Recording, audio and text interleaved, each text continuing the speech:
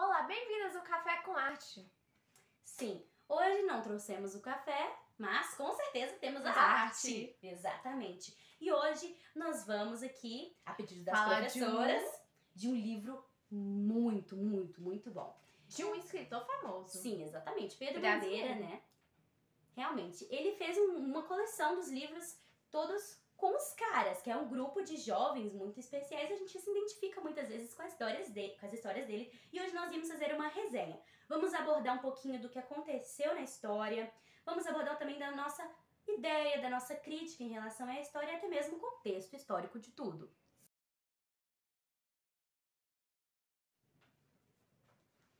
Anjo da Morte. Em mais uma série de mistérios empolgantes, temos aqui de novo os caras, jovens especiais que estão dispostos a fazer tudo pelo bem maior. O livro é escrito por Pedro Bandeira, escritor tão prestigiado no meio da literatura brasileira. Esse que consegue fazer de assuntos pesados e difíceis em histórias com reflexões incríveis. Aqui também nós temos um livro direcionado ao público jovem, para fazer com que essa geração reflita um pouco mais nas questões nazistas, no que passam na cabeça das pessoas que cometem atrocidades no meio da nossa sociedade. Aqui nós temos também novamente o grupo dos caras completo. Miguel, Calu, Magri, Crânio e Chumbinho, dando destaque também para todo o corpo nazista presente na história, comandados todo pelo Anjo da Morte, que é o Kurt Kraunt. Também podemos falar sobre o detetive Andrade e o detetive Pacheco, que ajudaram os meninos a descobrir tudo. E também temos aqui vítimas dessas tragédias que acontecem dentro do livro, que é o nosso querido professor do Calu, Solomon Friedman, e também o Ferric Gabor, amigo deste. Agora, se você quer entender um pouquinho mais do enredo dessa história toda, segue o vídeo. Uma vez os caras fazem mais um esquema. Eles têm de se enfrentar no esquema do nazista, junto com a Polícia Federal. Tendo Chumbinho como o esperado. Este que não fala tão bem como o alemão, mas como Calu. Este como seu acompanhante, que fala bem alemão. Dizendo que todos os alemães nazistas se enganassem. Mas por que se enganaram? Bom, eles não sabiam de quem era o esperado. O esperado não tinha foto, não tinha nada. Então, conseguiu tornar e fazer um plano junto com a polícia para entrar. E eles entraram no campo dos nazistas, descobrindo tudo. Mas, depois de muito tempo, acabaram descobrindo que eles não eram o esperado e correndo grandes perigos. O que vai acontecer depois? É neste momento que tudo vira de cabeça para baixo. Calu e Chumbinho perdem contato com a polícia e apelam para a interpretação de seus personagens. Apesar do perigo, os meninos conseguem descobrir todo o esquema horrendo da organização nazista, liderada pelo terrível Kurt Kraunt, o Anjo da Morte que vinha perseguindo todos os judeus desde a Segunda Guerra Mundial. Quando isso, Magri, Crânio, Miguel, os detetives Andrade e Pacheco tentam chegar até os meninos, percorrendo pistas que os fazem desvendar todo o mistério. Eles resgatam Calu e Chumbinho e detonam o crime organizado que usava de crianças inocentes para tentar promover um governo nazista sobre o Brasil. No final de tudo, acontece uma reviravolta e os caras descobrem que o assassino não era quem imaginavam ser. Na verdade, era Davi Segai, porque ele não estava morto e sim disfarçado de Ferenc Gabor, seu amigo do campo de concentração. Ele matou aqueles que podiam reconhecer e denunciar, acabando assim com sua carreira de mentiras. Mas não seria fácil punir todos os culpados. Não haviam provas suficientes. Então, os caras teriam que tomar uma decisão.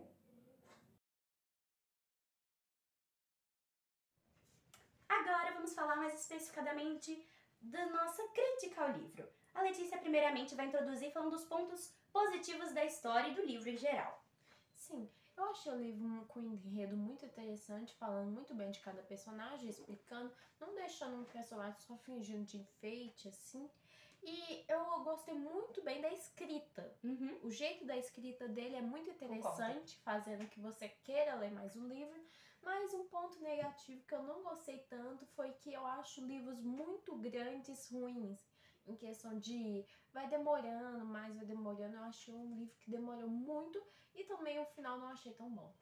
Então, a Lê achou que o livro, assim, a história era muito pequena, a história era muito, assim, não precisava de um livro de ser tão grande para uma história, assim, pequena, digamos. Já eu queria mais. Eu achava que o livro podia ser maior e, tipo, abordar mais a história. Mas, gente, esse livro eu achei muito bom.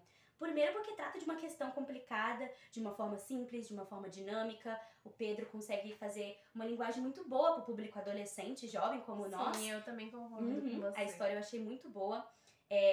A forma com que os acontecimentos, assim, ocorrem, a trama, o mistério eu achei muito bem elaborado.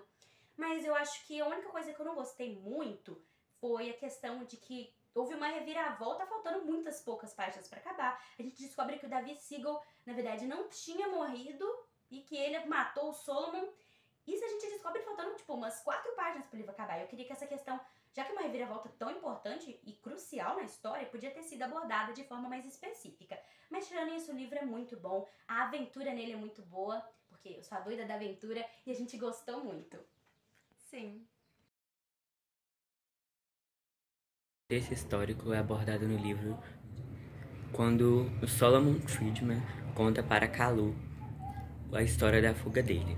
Ele descreve um momento muito marcante, que é quando as tropas soviéticas avançam sobre ele e naquele momento o Anjo da Morte está lá.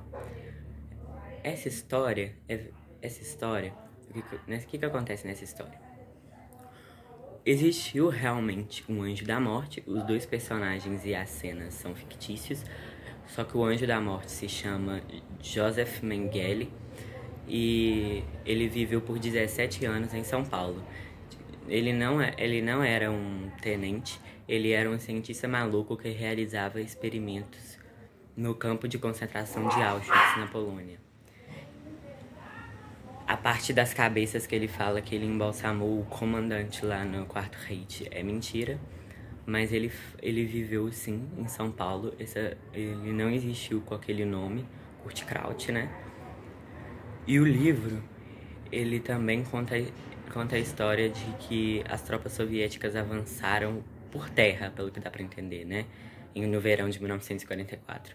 Só que não, existiu realmente, aconteceu uma coisa realmente importante no verão de 44, que foi o dia D, o dia do D, né? O que é o dia do D? O dia do D ficou conhecido como o maior ataque por mar da história. Foram disparados mais de quase 4.000 toneladas de explosivos e 25.000 pessoas morreram. Esse ataque, apesar da vitória, as tropas soviéticas ficaram bem desgastadas. Mas, de modo geral, mas isso não aconteceu, né? Mas, de modo geral, isso não aconteceu. O Quarto Reich, né? O nazismo hoje no Brasil é crime, o que impossibilita ser nazista no Brasil hoje é considerado crime. Nazismo não é liberdade de expressão. E por isso é impossível que essa história seja verdadeira.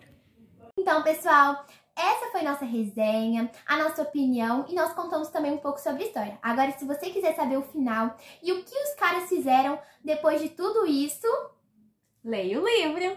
é isso, gente. Tchauzinho. Tchau!